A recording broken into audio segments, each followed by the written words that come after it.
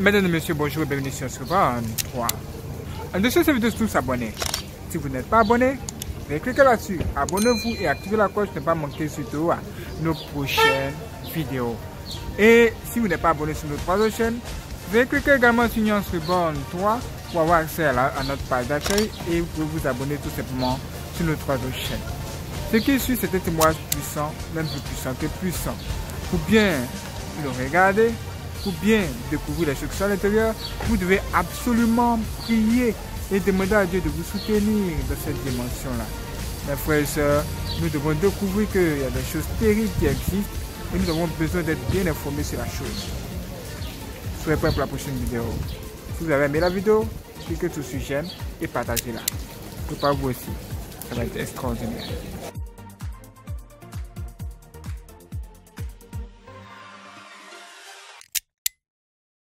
Voici ce qui s'est passé. C'était un dimanche. Le service était en cours. Il y avait une grande bénédiction dans l'église aux environs de 21 heures. Et mon pasteur m'a dit, Adélaïde, le Seigneur me demande de te oindre. Elle a versé de l'huile dans ses mains et a commencé à me oindre. Elle a oint mes oreilles, mes jambes, mon ventre et toutes les parties de mon corps qu'elle pouvait atteindre. Et dès qu'elle a placé sa main sur mon front, j'ai vu une lumière vive venant du ciel. Elle est descendue sur moi et à partir de cet instant, je ne pouvais plus dire ce qui m'arrivait. J'étais inconsciente et je ne savais plus ce qui était en train de m'arriver. Alors les autres ont décidé de ramener mon corps à mon mari à la maison. Étape 2. Mon voyage au ciel. Alors un long processus a commencé. Les anges sont venus et m'ont prise. Nous nous sommes mis à nous élever vers le ciel. Les anges ont commencé à combattre, car il y avait des démons qui nous barraient la voie pour nous empêcher d'arriver à destination. Immédiatement, j'ai vu une lumière vive qui venait du ciel, et un ange très beau a été envoyé par Dieu. Cet ange tenait une épée flamboyante. Il l'a brandie et a commencé à combattre les démons, afin que nous puissions passer et arriver là où Dieu voulait que nous allions. Laissez-moi vous décrire cet ange. Il avait l'air d'un prince. Il portait une plaque dorée sur la poitrine et avait de très beaux vêtements. Ses cheveux ressemblaient à de l'or. Ils étaient très beaux et son visage était semblable à un rayon de lumière. Tout en lui était très beau. Étape 3. La purification de mon âme et le voyage proprement dit. Après, nous nous sommes retrouvés dans un grand édifice, et à l'entrée, il était écrit en gros caractères, la compagnie de Dieu. Les deux anges qui m'avaient escorté jusque-là m'ont confié à trois autres anges qui m'attendaient à l'entrée de la compagnie. J'appelle ça compagnie, car c'est ainsi que Dieu me l'a fait voir. Nous y sommes entrés et ils ont commencé à me laver. Je leur ai demandé, que me faites-vous là? Qu'est-ce qui se passe ici? S'il vous plaît, aidez-moi. Les anges n'ont pas répondu un mot.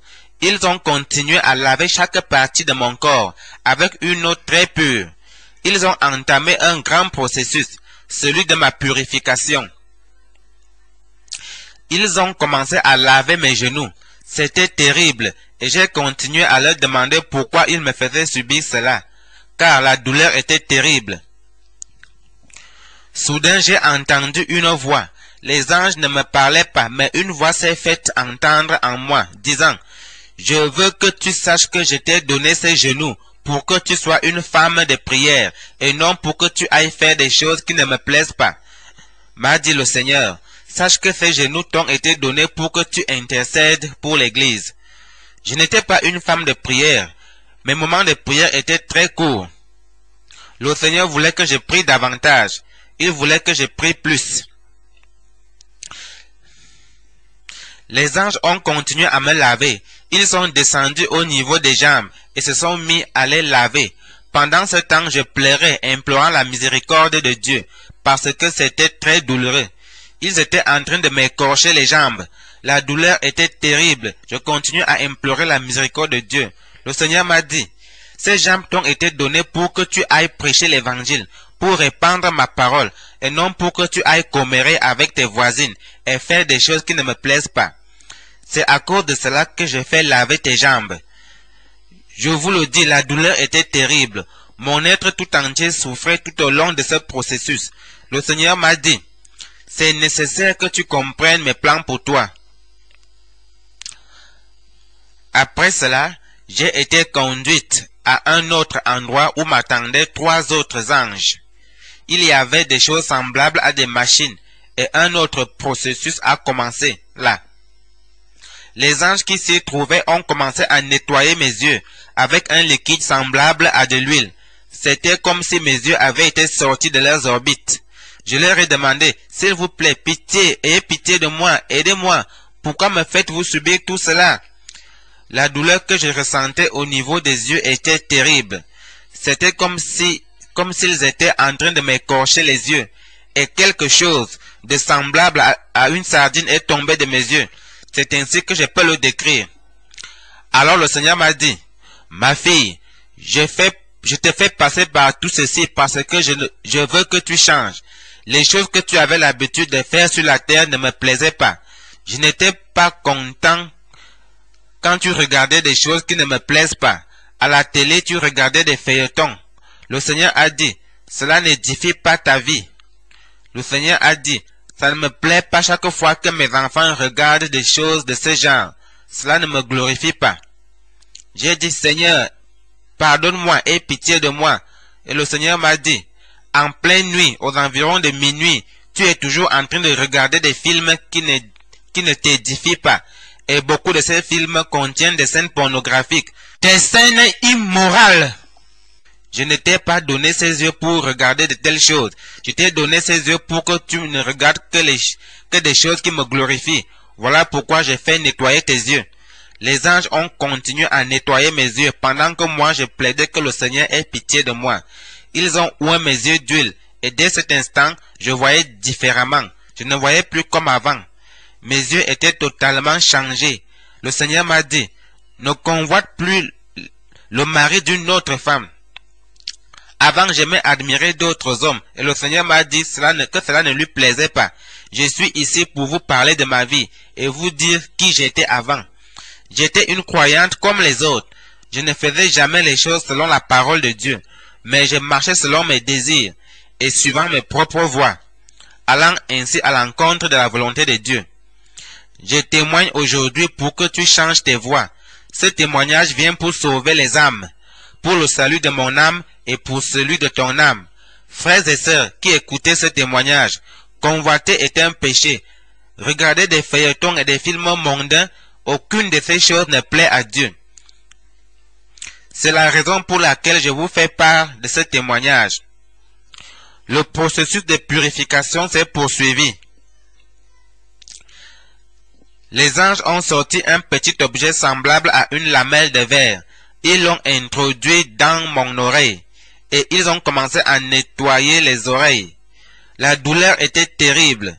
Je suis passé par tout cela. Pendant que les anges me curaient les oreilles, un liquide noir en sortait et par la suite c'était un liquide de couleur grise. Je criais de douleur, demandant au Seigneur d'avoir pitié de moi et de me secourir, parce que la douleur était insupportable. Le Seigneur m'a dit, ma fille, j'ai fait nettoyer tes oreilles parce que tu aimais écouter des choses qui ne me plaisent pas. Tu aimes écouter les commérages. Tu avais consacré tes oreilles à écouter des choses qui ne me plaisent pas. Certaines personnes viennent chez toi pour médire des pasteurs. Tu aimais les écouter, même quand ils médisaient de ton propre pasteur. Tu aimais les écouter au lieu de défendre ton pasteur et demander aux médisants de changer leur voix. Tu étais comme eux, médisant avec eux. Et le Seigneur m'a dit, ne prête plus jamais l'oreille aux médisances. Si quelqu'un veut encore médire à côté de toi, ne l'écoute pas. Excuse-toi et éloigne-toi d'eux. N'y prends pas part. Ne prête plus attention à des choses qui ne t'édifient pas. J'ai dit, Seigneur, aie pitié de moi. Je savais que j'avais fait toutes ces choses. Rien n'est caché devant Dieu. Personne ne peut se cacher loin de sa face. Tout ce que nous faisons ici sur la terre est enregistré au ciel. Tout ce que nous disons et tout ce que nous faisons est enregistré au ciel. J'ai dit, Seigneur, pardonne-moi, aie pitié de moi. Je ressentais une vive douleur au niveau de mes oreilles. Puis les anges ont oint mes oreilles. Le Seigneur m'a dit, désormais, tu n'écouteras que les choses que je te permettrai d'écouter, et tu ne feras que des choses que je te permettrai de faire. Tu ne seras plus l'ancienne Adélaïde. Tu es maintenant une nouvelle personne. Tu dois être la femme que je veux que tu sois. J'ai dit, Seigneur, aie pitié de moi.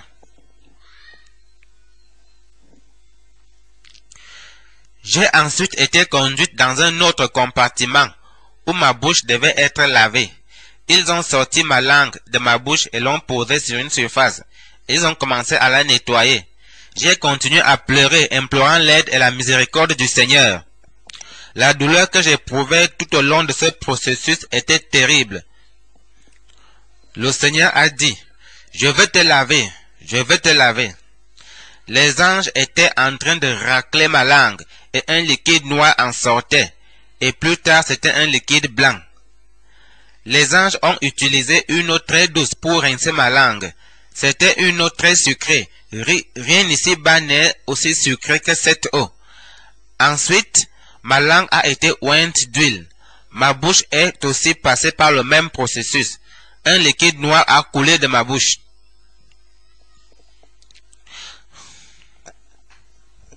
Le Seigneur m'a dit, ma fille, je t'ai fait passer par ceci pour que tu ne me dises plus. C'est pour que tu arrêtes de faire des choses qui ne me plaisent pas. Ta langue a participé à beaucoup de choses qui ne me glorifient pas. Tu as dit beaucoup de mensonges. Cesse de mentir. Le Seigneur m'a dit, le mensonge n'est pas de moi. Les menteurs ne me plaisent pas. Aucun menteur ne verra ma face. Les menteurs n'entreront pas dans le royaume des cieux. J'ai dit, Seigneur, aie pitié de moi. Je sais que j'ai fait toutes ces choses. J'ai dit beaucoup de mensonges, mais s'il te plaît, pardonne-moi, aide-moi. J'ai dit cela à cause de toute la douleur que j'éprouvais en ce moment-là. Le Seigneur a dit, je te fais subir tout ceci parce que je t'aime. Si tu continues comme avant, je vais te perdre. Si je ne faisais pas tout ceci, tu n'allais jamais changer. Je dois sauver ton âme. C'est pour cela que j'ai fait tout ceci. Je t'aime et parce que je t'aime, je ne veux pas te perdre. Il y en a beaucoup comme toi parmi mon peuple qui mentent, qui mènent une double vie. Et devant les autres, ils font semblant d'être saints. Beaucoup d'épouses parlent fort à leur mari, désobéissent à leur mari. Ma bouche a été totalement purifiée et le Seigneur m'a dit d'avaler quelques gorgées d'eau. Je l'ai fait. Ma langue et ma bouche ont été ointes d'une précieuse huile céleste. C'était une huile spéciale à l'odeur très agréable. Il n'y en a pas de pareil sur la terre. Ma langue a été replacée dans ma bouche. Un des anges est venu fixer une bride dans mon cou. Et le Seigneur m'a dit, c'est de cette façon qu'on contrôle les chevaux. Laissez-moi vous le dire, c'est la seule façon pour être changé et transformé.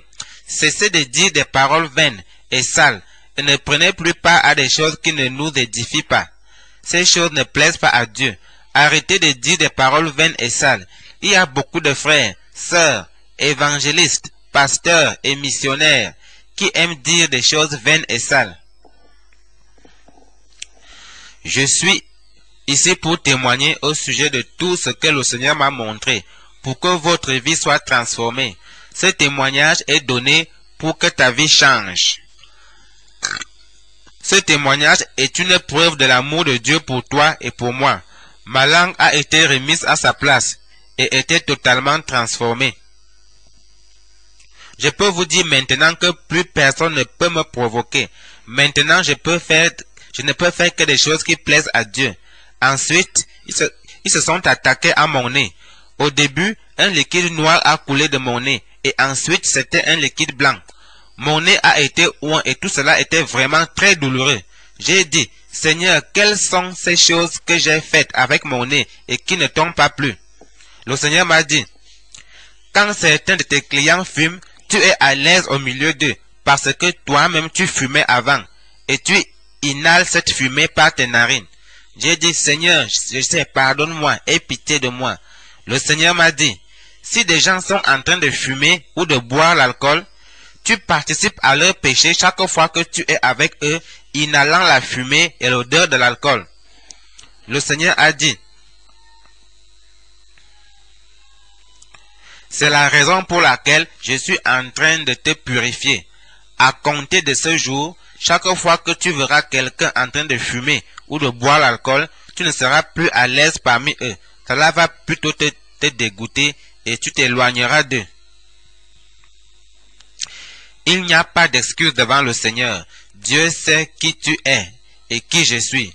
Béni soit le saint nom de Dieu. Amen.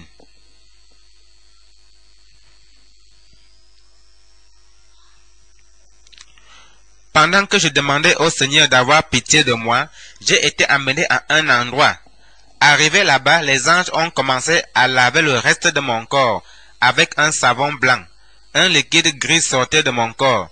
J'ai dit, Seigneur, aide-moi, s'il te plaît, aide-moi. Les anges étaient en train de me racler la peau. L'épiderme a été enlevé au point que je saignais. J'ai demandé, Seigneur, pourquoi tout ceci? Le Seigneur m'a dit, je te purifie, esprit, âme et corps. Ton esprit, ton âme et ton corps doivent être propres, dit le Seigneur. Ils m'ont rincé le corps avec une eau très précieuse. Ensuite, les anges m'ont oint tout le corps. Chaque partie de mon corps a été ointe. Le Seigneur m'a dit, ma fille, ne retourne plus à tes anciennes voies, ne rentre plus à ton ancienne vie. J'ai dit, Seigneur, pardonne-moi tout ce que j'avais l'habitude de faire, même en ta présence. Pardonne-moi toutes les fois où j'ai résisté à la correction de mon pasteur. Je lui disant des choses que je n'étais pas supposé lui dire. Mon pasteur m'avait toujours dit que ma façon de m'habiller n'était pas digne d'une chrétienne. Je n'avais jamais écouté. Une fois, elle m'a dit que j'avais menti et cela m'a attristé.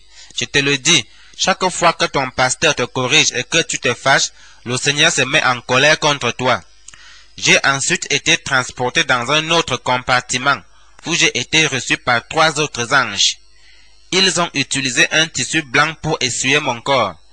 J'ai pu constater que les anges éprouvaient de pitié pour moi, en voyant tout ce par quoi j'étais passé. Mais ils n'ont rien dit, pas même un mot. Je n'ai pas pu voir le Seigneur à cet endroit. Je ne pouvais qu'entendre sa voix. 3 autres anges m'ont reçu dans un autre compartiment, et ils m'ont revêtu d'un haut blanc et d'une très longue jupe blanche. Mes pieds étaient totalement couverts.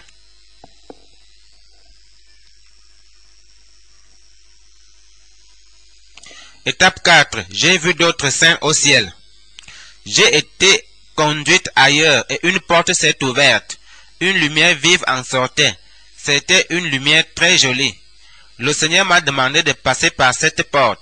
J'ai dit, Seigneur, j'ai peur. Je savais que le Seigneur préparait parce qu'il veut que je sois sauvé. L'amour ne veut jamais la perdition de quelqu'un. J'ai dit, Seigneur, aie pitié de moi. Mon âme se souvenait clairement des choses que j'avais laissées sur la terre. J'ai pensé à mes enfants. J'ai dit, Seigneur, je te confie ma famille. J'ai vu une grande cité et beaucoup de gens, de nombreuses personnes qui me faisaient signe de la main. Ils m'invitaient à les rejoindre. Le Seigneur m'a dit, ma fille, le temps est arrivé. C'est l'heure. Regarde tous ceux qui sont ici en train de t'attendre. Beaucoup de gens m'attendaient et j'ai demandé au Seigneur ce qui se passait à cet endroit. Le Seigneur m'a dit, il est temps que tu ailles prêcher à tout le monde. Il est temps que tu ailles prêcher à toutes les nations. Il est temps. Va rapporter à mon église tout ce que je vais te montrer. Je vais rendre mon église parfaite. Et ensuite, ma parole sera répandue dans le reste du monde, dit le Seigneur. Mais mon église d'abord, va dire à mon église de changer ses voies.